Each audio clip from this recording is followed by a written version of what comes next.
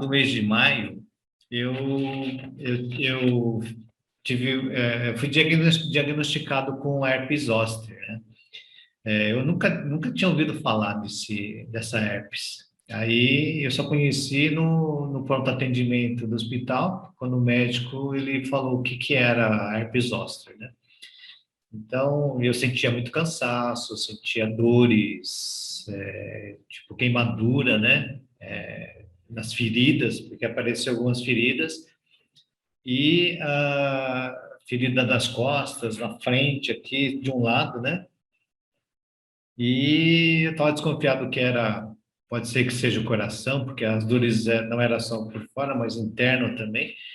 E ele quase que ele fez um eletro, mas quando ele viu as costas, ele falou, e herpes. Aí me deu todo o tratamento, né, para diminuir a herpes.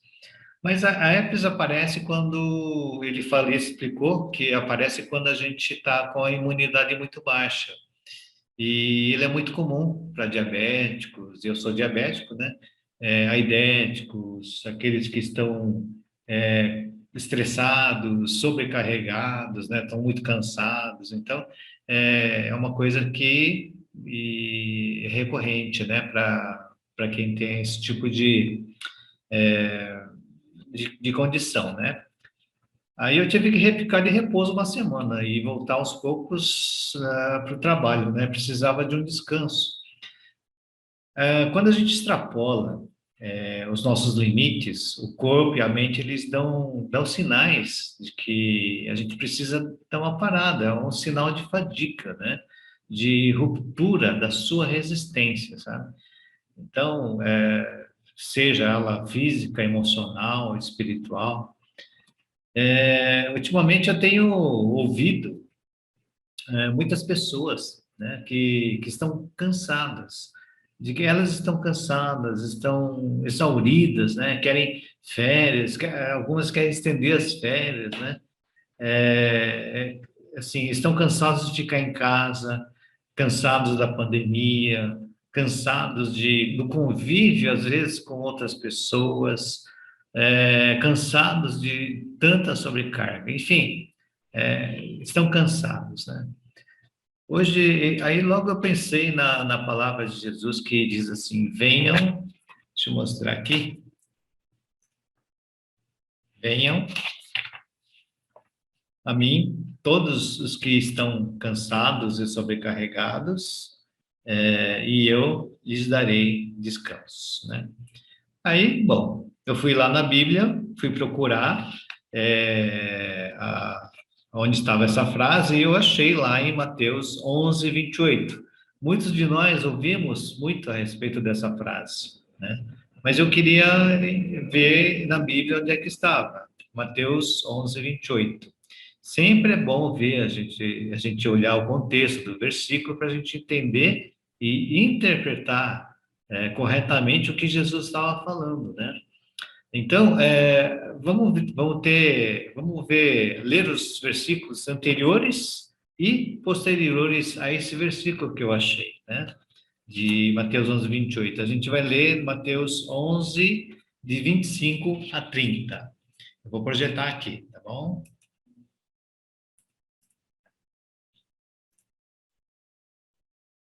Estão conseguindo ler? Opa, aqui. Ok. Diz assim a palavra, 25. Naquela ocasião, Jesus disse, eu te louvo, Pai, Senhor dos céus e da terra, porque escondeste essas palavras dos sábios e cultos e as revelastes aos pequeninos. Sim, Pai, pois assim foi do teu agrado. Todas as coisas me foram entregues por meu Pai. Ninguém conhece o Filho a não ser o Pai. E ninguém conhece o Pai a não ser o Filho, e aqueles a quem o Filho o quiser revelar. Venham a mim, todos que estão cansados e sobrecarregados, e eu lhes darei descanso. Tomem sobre vocês o meu jugo e aprendam de mim, pois sou manso e humilde de coração, e vocês encontrarão descanso para as suas almas, pois o meu jugo é suave e o meu fardo é leve. Vamos orar?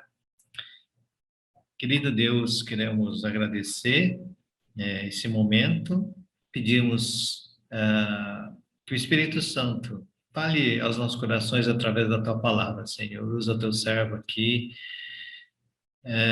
e traz, Senhor Deus, transformação para as nossas vidas, para os nossos pensamentos. Ajuda-nos, ó Pai, a agir de forma que agrada a Ti, Senhor. Em nome do Senhor Jesus nós oramos. Amém. Ok, então, deixa eu apagar isso aqui. Pronto. No versículo 25, versículo 25, diz assim, começa naquela ocasião, né? Deixa eu colocar aqui. Naquela ocasião, Jesus disse. Mas que ocasião era essa que Jesus falou essas palavras, né? Que a gente até começou com uma oração. Que ocasião que é isso? Jesus, ele instruiu os discípulos, dando autoridade para expulsar espíritos imundos, e todas as doenças e enfermidades, né? E depois eles saíram para ensinar nas vilas que tinha ali ao redor do Mar da Galileia. Tá? E então eles encontraram nesse caminho os discípulos de João Batista. E Jesus, então, quando ele falou sobre João Batista, Jesus exaltou João Batista, né? Ele chegou a falar que ninguém na história humana era mais importante que João. Jesus, ele censurou também essas vilas por onde eles passaram, né? Corazim, Betsaida e Cafarnaum. Vocês podem ver isso nos versículos anteriores desse texto, né? Porque apesar de todo o trabalho que foi realizado, né, de levar a mensagem, de pregar nesses lugares, houve muito pouco resultado, né? Então o povo ficou indiferente às mensagens que Jesus e os discípulos estavam proclamando ali. Para vocês terem uma ideia, Jesus falou que no dia do juízo haverá menor rigor para Sodoma do que para Cafarnaum. Então, aí Jesus fez essa breve oração, começando com o versículo 25. Eu te louvo, Pai, porque dos céus e da terra, Pai dos céus e da terra, porque escondeste estas coisas dos sábios e cultos e as revelaste aos pequeninos. Sim, Pai, pois assim foi do teu agrado. Então, e no versículo 27, Jesus continua a ensinar, né? Todas as coisas me foram entregues por meu Pai. Ninguém conhece o Filho a não ser o Pai, e ninguém conhece o Pai a não ser o Filho, e aqueles a quem o Filho quiser revelar. Deixa eu colocar aqui o versículo 27. Ok? Então, aqui, Jesus revela o seu Pai, né? O nosso Deus, o Deus Pai. Ele revela a grandeza do teu reino. E também revela o relacionamento íntimo que ele tem com o Pai, né? Ele também fala da forma que Deus revela a sua verdade. Como é que é? Não para que não para os que acham que são sábios, mas para aqueles deste mundo que confiam nele, né? Que são os pequeninos, né? As coisas íntimas e importantes na nossa vida, a gente não costuma falar para qualquer pessoa, não, né? A gente costuma falar para quem é mais íntimo da gente, né? E é assim que Jesus nos considera íntimos dele. As coisas íntimas A gente só fala para quem nós confiamos. Então, se você confia em Jesus, ele vai revelar a você toda a verdade, né? E a grandeza do reino de Deus. Ele quer ter um relacionamento conosco, como ele tem com o Pai. É um relacionamento íntimo, né? Eu vou colocar aqui os próximos versículos, 28 a 20, que é aquele versículo que eu tinha lembrado, né? Venham a mim. Mas ele não vem sozinho, não. Esse versículo ele vem com mais dois, versículo 29 e o 30, tá? Então vocês estão vendo aqui, né? Diz assim: venham a mim, todos os que estão cansados e sobrecarregados, e eu lhes darei descanso. Tomem sobre vocês o meu jugo e aprendam de mim, pois eu sou manso e humilde de coração, e vocês encontrarão descanso para as suas almas, pois o meu jugo é suave e o meu fardo é leve. Aqui eu coloquei os versículos 28, 29 e 30 juntos, porque se eu pegar só o 28, não vai ficar completo, né? E a gente costuma usar só o 28, né? Vinde a mim os que estão cansados e sobrecarregados, e eu darei descanso, né? Parece uma relação assim, né? Ah, eu estou cansado, eu vou até Jesus. Aí ele me dá alívio, né? Mas isso é uma relação, né? Superficial. Toda vez que você se sente cansado, você vai para Jesus e ele te dá descanso. Aí você está cansado de novo, você vai lá e te dá descanso, né? E não é bem assim, né? Na verdade, a gente tem que olhar o contexto, né? A gente tem que ver o contexto, porque há algo mais que Jesus estava falando do que simplesmente venham a mim, né? Venham a mim, vocês que estão cansados e sobrecarregados, que eu lhes darei descanso. Tem algo mais que Jesus quer dizer para a gente. Então,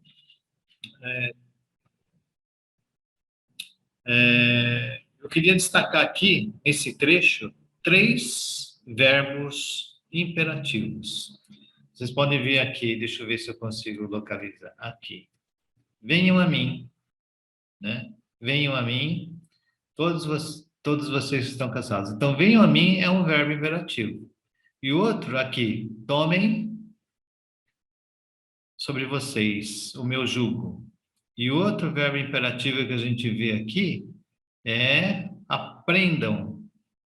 Aqui, aprendam de mim, né? Aprendam. Então, são três verbos que eu queria que a gente guardasse. Não é só venham a mim, é venham a mim, tomem sobre vocês o meu jugo e aprendam de mim, né? Venham a mim, né? O que quer dizer isso? Jesus, ele quer um relacionamento conosco, né? Ele não está convidando você para ir a algum lugar, não está convidando você para abraçar uma visão, né? Para fazer um trabalho, né? Ou executar uma missão, né? Mas Jesus está convidando a gente para entrar num relacionamento pessoal com Ele.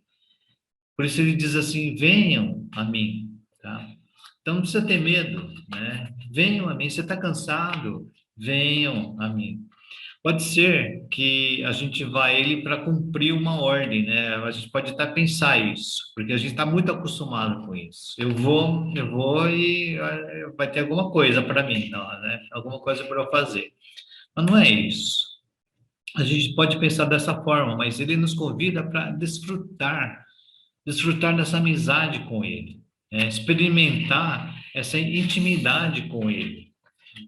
Então, assim, esse relacionamento com Jesus é o que mais importa, né, na vida, mais do que aquilo que a gente que está desgastando a gente, que está deixando você cansado, né? O descanso que Jesus nos dá, ele nos satisfaz e nos revigora como nada neste mundo, né? Esse mundo pode oferecer tantas coisas, né? Lazer, tal, não sei o quê, mas o descanso mesmo, só Jesus ele pode nos dar. Só ele nos revigora, né? Então, e o segundo verbo imperativo é tomem sobre vocês o meu jugo. O que é jugo, né? Eu vou mostrar uma figura aqui do que é jugo. Jugo.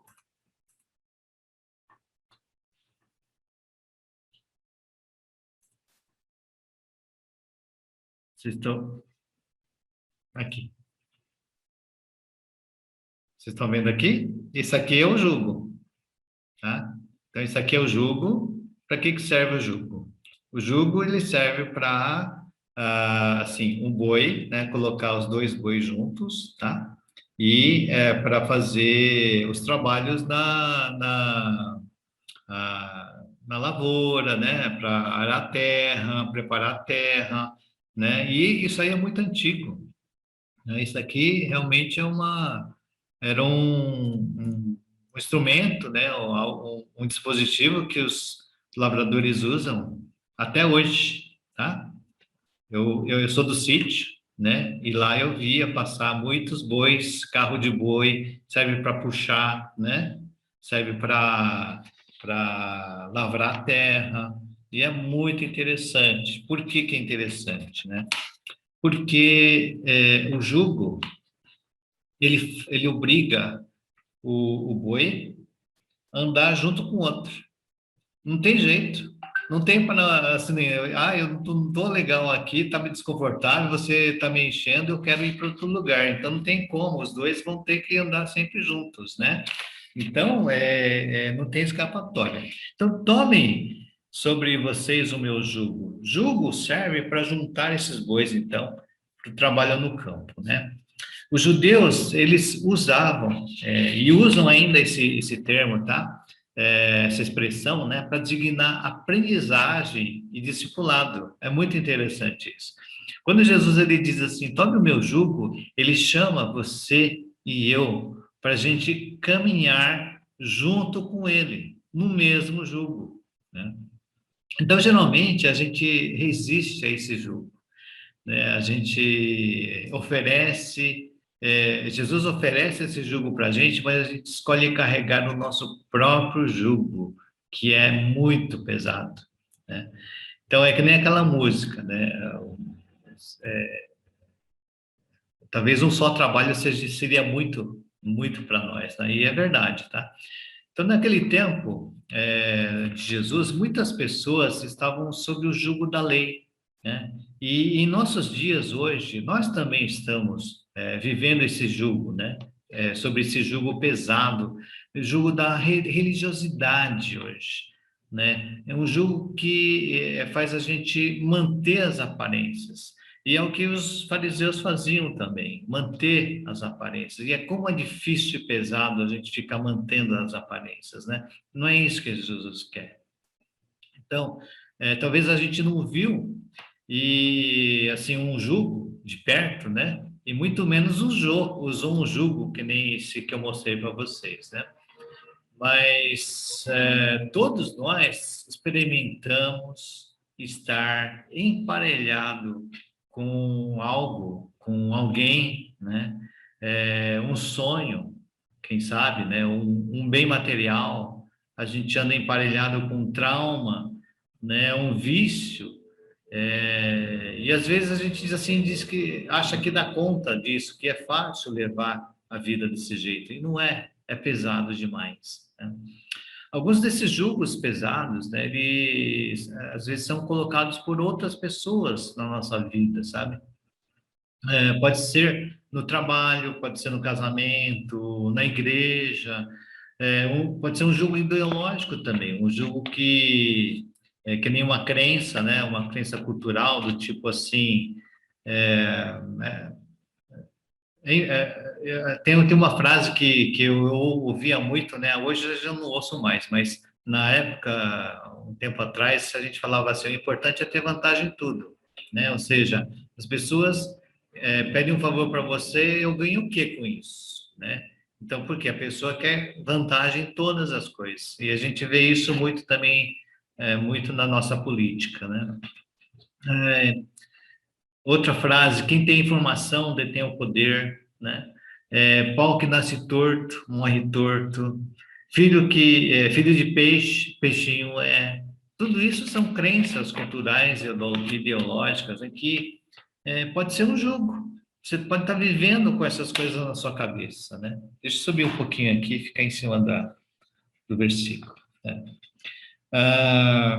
Então, tudo isso se torna um jugo pesado, um pesado jugo emocional, um jugo social e espiritual, né?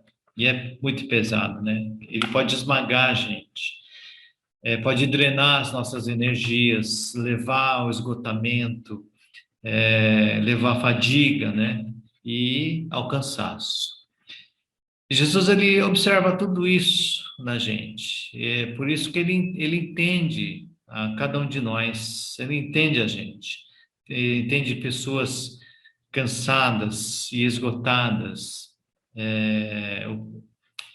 E o convite para tomar sobre nós o único jugo que restaura todo esse peso da gente, desse cansaço, de todo esse peso, é o que Jesus está oferecendo, né?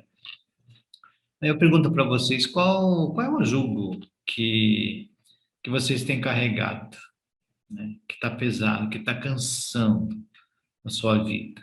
Você deve ter um jugo. Se você está reclamando de cansaço, há um jugo que você está carregando, né? Qual é? Tenta identificar isso.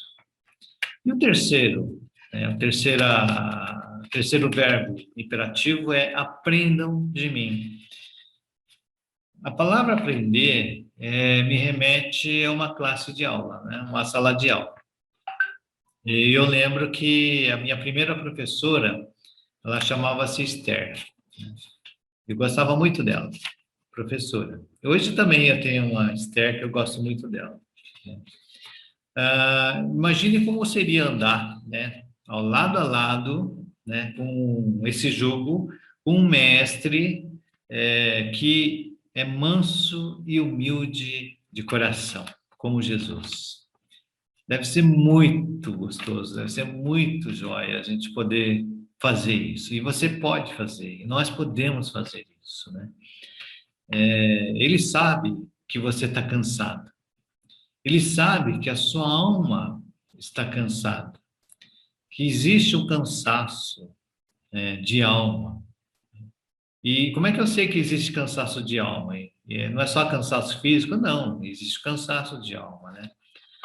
Um cansaço mental, espiritual. No versículo 29 a gente pode ler aqui, que está escrito: se tomarmos sobre nós o jugo que Jesus oferece e aprendermos dele a mansidão e a humildade de coração, e nós vamos encontrar descanso para as nossas almas, né? Então, nesse processo de aprendizagem, a gente é moldado, a gente é continuamente moldado, né? Porque a gente anda no mesmo jugo de Jesus, junto com ele, até que a gente seja como Jesus, né?